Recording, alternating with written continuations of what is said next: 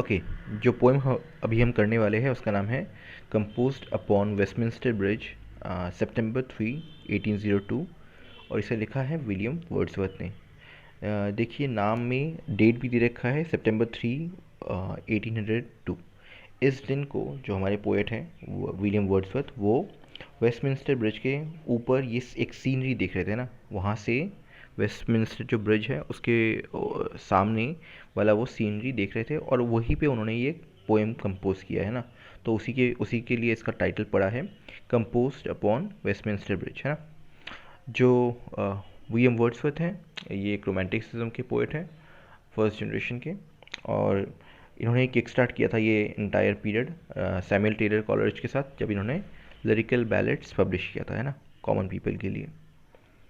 सो जो हमारा पोएम है ये एक सोनेट है, पेट्रार्कियन sonnet.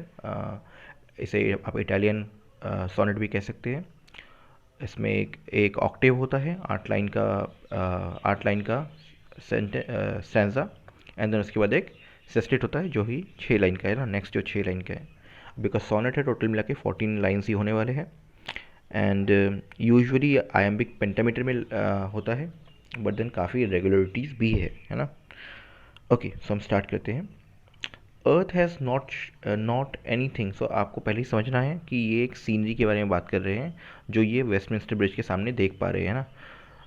So earth has not anything to show more fair, कि जो अर्थ है ना, हमारी पृथ्वी है, इसके पास इससे बेटर नज़ारा है नहीं, है ना, इससे लवली वो कुछ दिखा नहीं सकता है ना, और कुछ भी नहीं है जो इससे ज़्यादा लवली हो। Dull would he be of soul who could pass by a sight so touching in its majesty.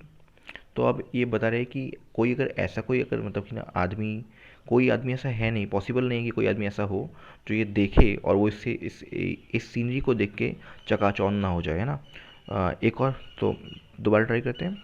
Dull would ही भी मतलब वो आदमी बहुत बोरिंग होगा, है ना। डल मतलब बोरिंग। वो आदमी, वो उस आदमी का जो सोल है ना, उसका जो आत्मा है वो बहुत ही बोरिंग होगा। जो who could pass by a sight so touching, जो ऐसे एक टच कर जाने वाले, मन को हिला देने वाले, है ना, सीनरी को देख के भी ऐसे ही चला जा रहा है ना, हु कुड पास बाई, है ना, इसको देख के भी वो चला जा सकता है, अप्रिशिएट किए बिना वो यहाँ से चला जा सकता है। ऐसा जो कोई पर्सन होगा उसका जो सोल होगा वही बोरिंग होगा, है ना। सो बेसिकली बताया गया है कि जो सीनरी है ये one of the most loveliest scenery है इस वर्ल्ड में, है ना। Okay, the city now doth like a garment wear the beauty of the morning silent. Okay, यहाँ यही पे एंड है। सो अब सिटी की बात की, जो सामने जो नज़ारा है ये वो है लंदन का, है ना। सिटी को देख रहा है वो वेस्टमिंस्टर ब्रिज से, तो बोलता है कि ये सिटी अब, डथ मतलब डज, है ना। The city now does like a garment. तो जिस तरह से हम कपड़े पहनते हैं, हम गारमेंट पहनते हैं, उसी तरह से इस सिटी ने भी पहन रखा है। क्या पहन रखा है? The beauty of the morning, कि सूरज की इस सुबह की इस सुंदरता को, है ना, इस ब्यूटी को इस सिटी ने जैसे पहन रखा हो एक कपड़े की तरह।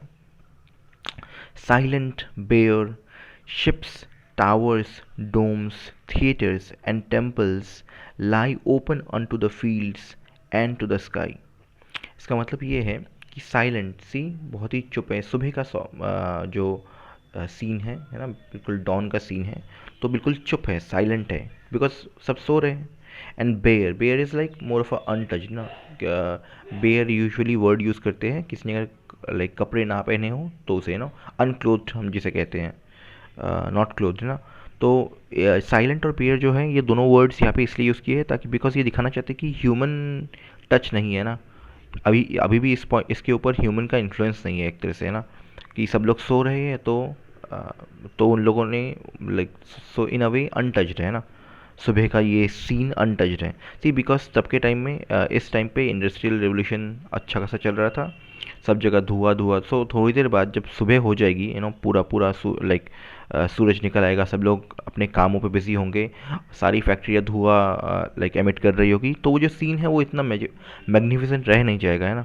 तो इसलिए ये कह रहे हैं कि सुबह सुबह जो शिप्स है, जो टावर्स है, जो डोम्स है ना, जो थिएटर्स है, टेम्पल्स है, ये सब ऐसे लग रहा है जैसे कि ये लोग बहुत ही अच्छे से ब्लेंड हो गए हैं ना, लैंडस्केप में ब्लेंड हो गए हैं ना। ब्लेंड मतलब घुल मिल जाना, जैसे कि ऐसा लग रहा है जैसे ये पार्ट ऑफ द नेचर है ना। ये अप open unto the fields and to the sky. तो दूर से देखने से ऐसा लग रहा है जैसे कि ये लोग ब्लेंड हो गए हैं, ये लोग जो फील्ड्स हैं उसके फील्ड के ऊपर, मतलब फील्ड्स के ऊपर ये लोग खड़े हैं, और स्काई में, लाइक स्काई के लिए बेसिकली ओपन है ना।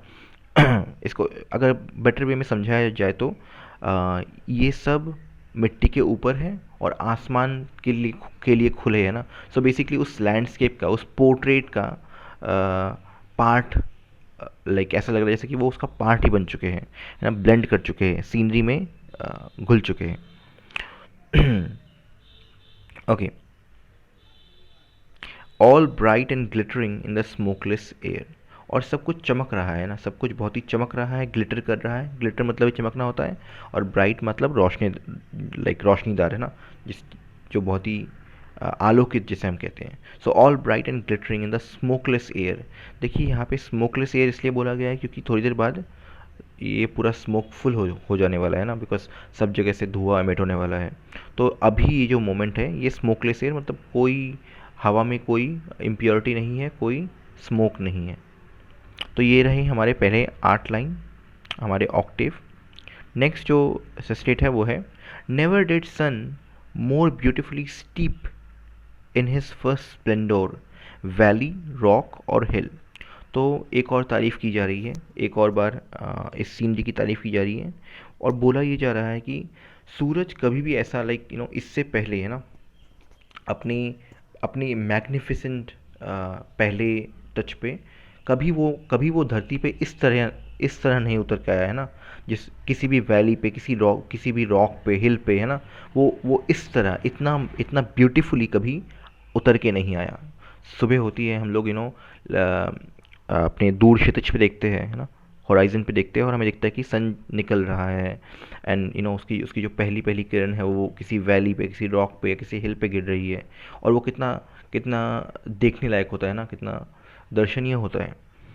बट देन पोएट का मानना ये है कि इस सीनरी में जो सन निकल के आ रहा है, इससे ब्यूटीफुल उनमें से कोई भी सीनरी नहीं था, है ना। लाइक किसी भी सीनरी जो हमने पहले कभी देखा होगा, वो कुछ नहीं है कंपैरिजन टू इस सीनरी के।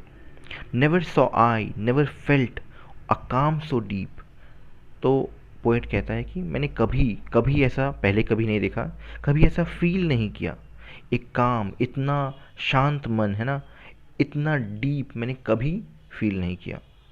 The river glideth at his own sweet will.